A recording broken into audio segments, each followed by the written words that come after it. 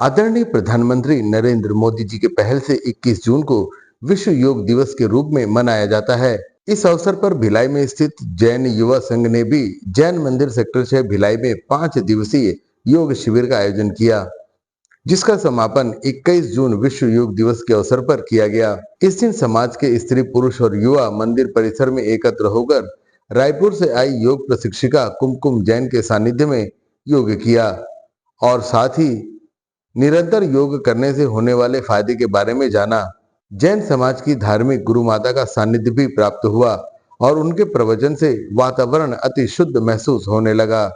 गुरु माता जी ने भी समाज में योग के महत्व को बताया और योग के साथ साथ अपने इष्ट देवों की आराधना और साधना करने का मूल मंत्र समाज के लोगों को दिया है। कीजिए वंदना ऐसे विमलनाथ भगवान, उनके चरण कमलों की वंदना कीजिए विमलनाथ भगवान के।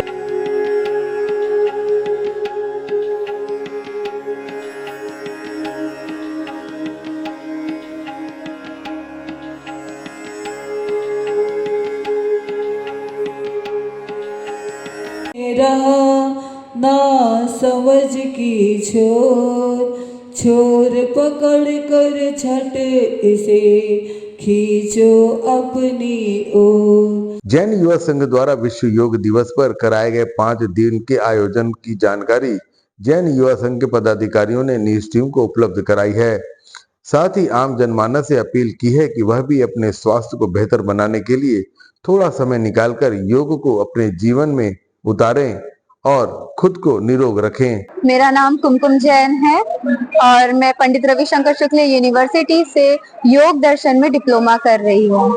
ये एक नित्य प्रतिदिन करने वाली क्रिया है और योग को बहुत सारी भ्रांतियां हैं योग को लेकर के कि ये सिर्फ एक एक्सरसाइज है या सिर्फ आसन प्राणायाम है, लेकिन ऐसा नहीं है। महर्षि पतंजलि जी योग सूत्र में कहते हैं कि योगस्य चित्त वृत्ति निरोधः, यानी कि चित्त की वृत्तियों का पूर्णतः निरोध कर देना ही योग है। और योग के फायदे अगर मैं बताऊं तो शारीरिक, आध्यात्मिक, मानसिक, सामाजिक और ये किसी भी क्षेत्र में आप जिस भी क्षेत्र में जाएं वहां पर आपको सुख और शांति देने वाला यह क्रिया है, यह साधना है जिसे नित्य प्रतिदिन आपको करते रहना चाहिए।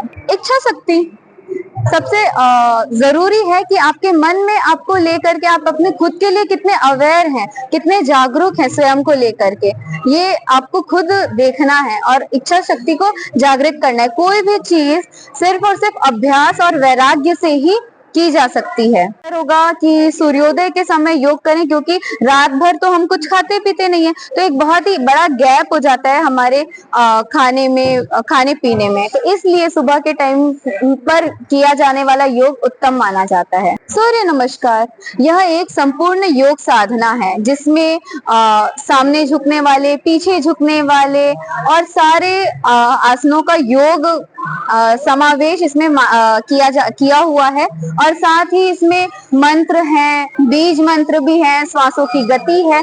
तो यह पूरी तरह से शारीरिक, मानसिक और आध्यात्मिक रूप से लाभकारी है। देखिए, हमारा प्रयास रहा है कि ये जो योगा शिविर हमने 5 दिवस का आयोजन किया था, इसमें जितने भी हमारे योगार्थी थे, लगभग 100 से अधिक योगार्थी प्रतिदिन यहाँ पर उपस्थिति दे रहे थे। तो योगा में बहुत सारे आसन होते हैं, प्राणायाम होते हैं, तो हमारी कोशिश रही है कि कोई सा भी आसन और कोई सा भी प्राणायाम ना छूटे। तो प्रतिदिन हमने अलग अलग आसनों का लोगों को जानकारी दी, अलग अलग प्राणायाम किया, अलग अलग विधि के माध्यम से इन 5 दिनों में हमने प्रयास किया कि योगा के जितने भी आयाम होते हैं सभी को कवर किया जाए और सभी को उनका पूरा लाभ मिले। सबसे बड़ी बात रही हमारे बीच पूज्य आर्यिका 105 दुर्लभमती माता जी का सानिध्य। हमने तन और मन के संतुलन के लिए यहाँ पर योग का कार्यक्रम आयोजित किया था, परंतु माता जी के सानिध्य से हमें जो आध्यात्मिक संतुलन का जो लाभ मिला, माता जी ने योग के बाद विशेष ध्यान का आयोजन यहाँ पर किया। लगभग 30 मिनट चलने वाला यह ध्यान, जिसमें हमने आध्यात्मिक यात्रा के माध्यम से लौकिक और अलौकिक शांति का अनुभव किया, यह हमें विशेष लाभदायक रहा और सभी ने खूब सराहना की। जैसा कि हमने पहले भी बताया है कि जैन युवा संघ द्वारा 5 दिवसीय योग शिविर का आयोजन योगार्पण के द्वारा किया गया था, जो कि पिछली 17 तारीख से चल रहा था, जिसका आज अंतिम दिवस 21 तारीख को था।